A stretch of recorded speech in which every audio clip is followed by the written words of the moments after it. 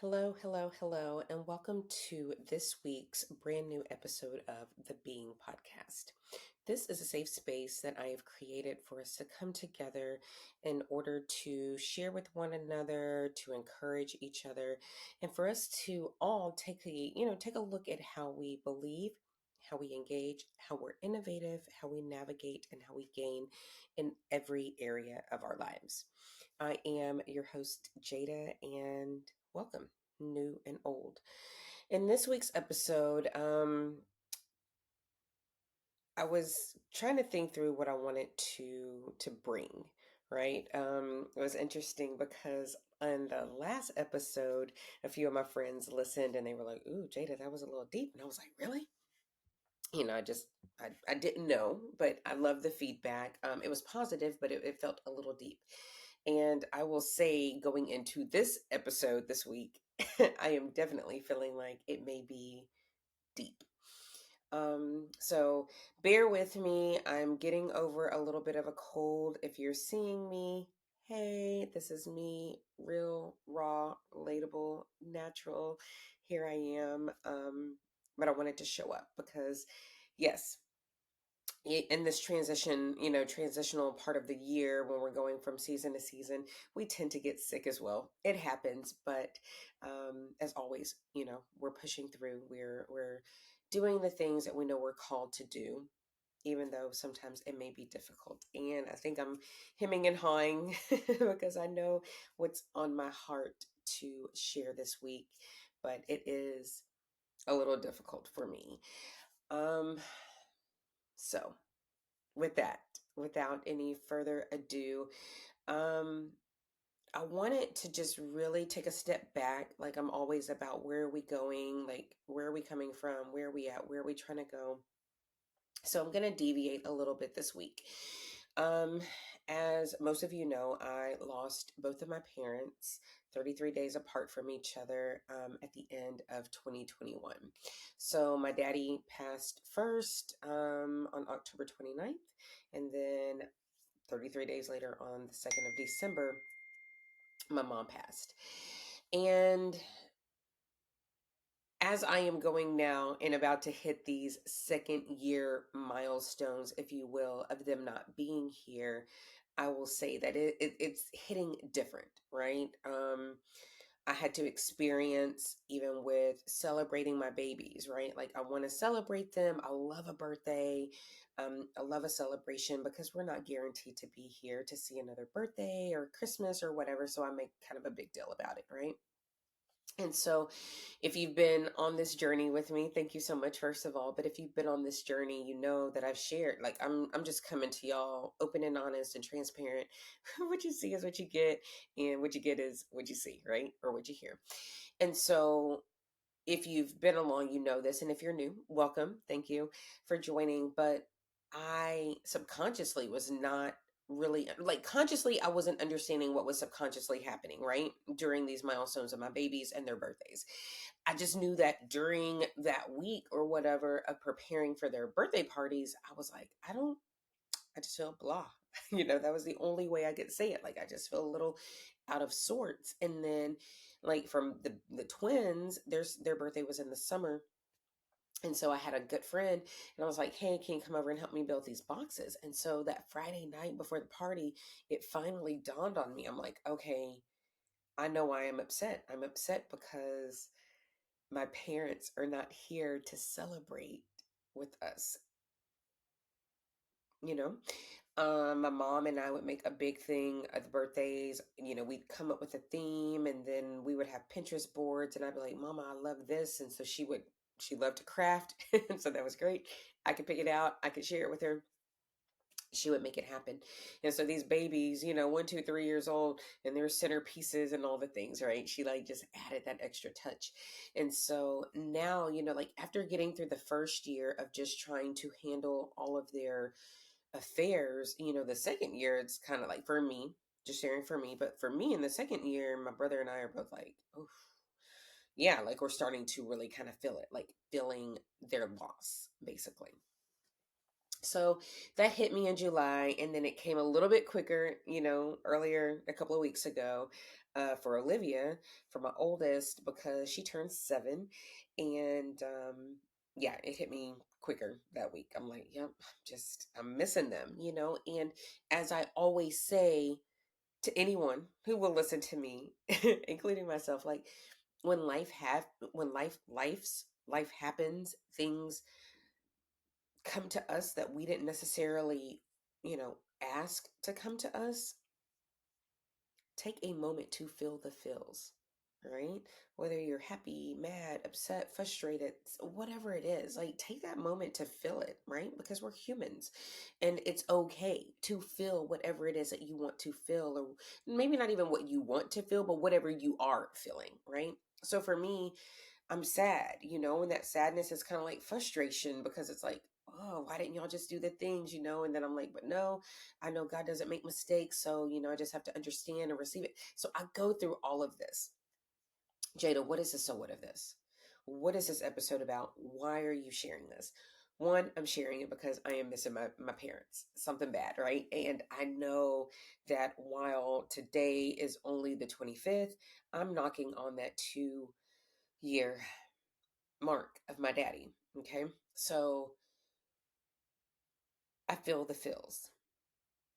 I feel the feels. And then I try to restructure that. And I think of the good and the things that came from what they instilled in me. And the fact that, as my daddy said, good thing my mama didn't have a headache that night. And I'd be like, thanks, daddy. He was like, because you wouldn't be you. Thanks, daddy, I guess. um, and because I know that it's okay to grieve. I know that it is okay to feel that loss, and to understand that there is a void, right? But then it had me thinking, right? Because I do have moments where I'm going to be sad. I have moments where I'm going to go through different emotions, right? But it made me think about this a little bit, and this is what I really want to share with all of you this week. And this will probably come up in 30 something days, okay? But people look at me and they're like, Jada, like you were super close to your parents. Like people that have known me for years, people who just met them when they came and promoted me right before they got sick. So they saw it. They knew that we had a really good connection, and so they're like, "How are you still going? How are you able to show up and to, you know, do all the things," as I like to say, and my friend says that we need to quote, all the things. And so I got to thinking about this, and I'm like, I really just want to stop and share, okay? Because I am human, and as my shirt says, perfectly imperfect. I am in this flesh, I am in this body, I'm just like anybody else. Like, I am no better, no less than anybody else. I have just tried to take the good and the bad, the indifference, the life events. Okay. I try to take them and take the good. Like my daddy used to give me so much advice, which I've heard and will continue to hear. He would give me so much advice. And he's like, you know what, baby girl, the thing that I love about you, you listen to people, and you take what you can use and you use it. And the stuff that you can't, you discard it, and that's fine, right? And I think that's the same thing with this. I just try to take the good from even the situations that are devastating to me. So, losing my parents, um, infertility that I dealt with, dealing with stuff with work that has messed with my career, both military and civilian. Um, when things are troubled with me and my husband, like life is not always going to just be like, here is a pretty life wrapped in this nice box with a pretty bow, and boom, it's going to be this beautiful gift. Like, overall, is it that? Yes. But are we beat up, and are we poked at, and are we tested, and are we tried? We are. But then what? Then, excuse me, we take the good and we hold on to that. And we take the things that aren't so great and we find maybe a lesson in it. And if it doesn't serve any purpose, then we let that go. The guilt, the shame, the devastation, like the things that we can't control. Like, I had a friend years ago that was like, Jada, control the controllables. You can't control everything. My little type A self wants to control everything. And I've learned that. And that's why, like, now this season, you've heard me say, like, I am being more like bamboo. I'm going to bend, but I'm not going to break. And why? Because I can't control everything. I can only control me and what I think and what I say and how I react and all the things that I share with you all. So I try to carry that even in these devastating times, right? So how do I do it? I do it because, one, I have a strong foundation in God, and that I'm building that muscle and I'm building that relationship, but I know he doesn't make mistakes. And I know that he's not going to allow something to happen that he doesn't already know is going to happen, and he's not going to allow something to happen that does not suit, really his purpose, if it's for the greater good, for his purpose. So my parents being taken from us, what feels like from us, 33 days apart, but knowing he held our hand through every step, that I was there every step as they got ready to go, for my dad to have instilled in us to know and prepare us, like, that is a part of why and how I'm able to continue to push forward. Um, I just really truly believe that I will see them again. I know where they're at, and I know that I will see them. That helps me. I also know that because of who they raised me to be, yeah, being sad because they know I'm emotional, as y'all can see me and you can probably hear, but they're like, okay, baby girl, that's fine, but you're not going to be ruled by that. I mean, I used to joke with them. I'm like, man, when y'all get up out of here, I'm going to be the one jumping in the casket, like, take me with you. And my mom was like, I'm going to wake up and slap you. We would have this joke. And was I sad? Absolutely. But it was so incredible because my brother and I had this inner peace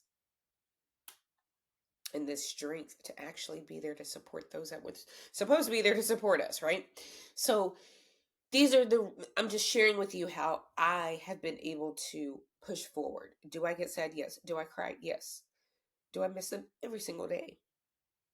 But do I know that, as I say often, that I am living their legacy, and I am leaving a legacy for my babies? So I'm here to say, through the tears that I have right now, that loss is hard. It is. I am not negating that. What I am saying, you are strong. And not that you have to be strong all the time, because I am not. And I have a great support system. But you're strong. And there's a reason that you're still here. There's reasons probably for you to figure out, like, for you to carry on. you know? Um, and I just think it's important that you carry them with you and you just continue to show up every day for them, for you, if you're a mama bear or a papa bear, for your babies, because God's not done with you yet, okay? So I'm sorry this is a little sad. I'm sorry this is a little heavy, but I will tell you that even through these tears and even through, like, what I'm about to experience in the next few months, like, I am still so grateful and blessed that I had all the years that I did have with them. That every day I'm looking at a lesson and I'm like, dang, okay, now I get it. Why you did that, why you said that. And I am just grateful that God chose them and chose me to be together and for me to continue to live their legacy. So it's not all sad, and we will not always be sad. We will have moments, and that is okay. Feel the feels, but also know that you are resilient. And saying that word, it was interesting because my friend, we were talking about, I think we were talking about pageants. We were talking about something. And I was just like, yeah, I get what you're saying. And I get it. I hear it. But I don't know. I don't really feel that way. And I just take what I can. And she's like, Jada, you're resilient. And I thought about it and I was like, yeah, I love that word. I remember speaking of pageants, I used to always just be like, they were like, what word describes you? And I was like, integrity, because I'm always going to do the right thing because you never know who's watching you, which is something my parents instilled in me. But for her to say that I'm resilient was like, was huge because I'm not trying to show up being anyone but who I have been, purposed and called to be. And so, me coming here this week to share this is just hopefully to encourage you. So, whether you've lost someone years ago, maybe it just happened, just hang in there. Hang in there. Feel what you need to feel. Process how you need to process because what works for me may not work for you, but find that way, that healthy way to process so that you become even more resilient and you show up even stronger and you become stronger because it's not a front that we're trying to put on. I'm always about we can't pour into someone else if we're empty. So we're always having the opportunity to exercise muscles and to grow muscles that we didn't even know existed or that we even wanted. But if you can take it and you can just grab hold of it, grab hold of that higher being for you to help fuel you, to help fill you, to help guide you, you too are going to be okay, even if you don't feel that you are. So I know this was a lot. If you've listened this whole time, thank you. If you've supported me through the podcast, through my healing journey, through dealing with the loss, thank you. If you've helped me by sharing, any of my podcasts, but especially this episode with someone that you think, will benefit from it, thank you. And for everyone who will send me feedback, thank you in advance. So with that, me and my stuffy nose and my red eyes are gonna get out of here. And I promise you, not, it's not always bad, it's not always down. But as I told my baby girl, we have to embrace the rain just like we embrace the sun so that we can have all the things that need it to help it grow, to help it be stronger. And that includes you and me. So thank you for listening. Thank you for sharing. Please send me any comments. I read them and I appreciate them. And I just pray that you continue to get stronger, continue to bend and not break. And please know that you are not alone. People are here, people that understand it. So don't stay in that rut if that's where you're at, because you owe yourself so much more than trying to go it alone. I love each and every one of you for listening. And till next week, take care.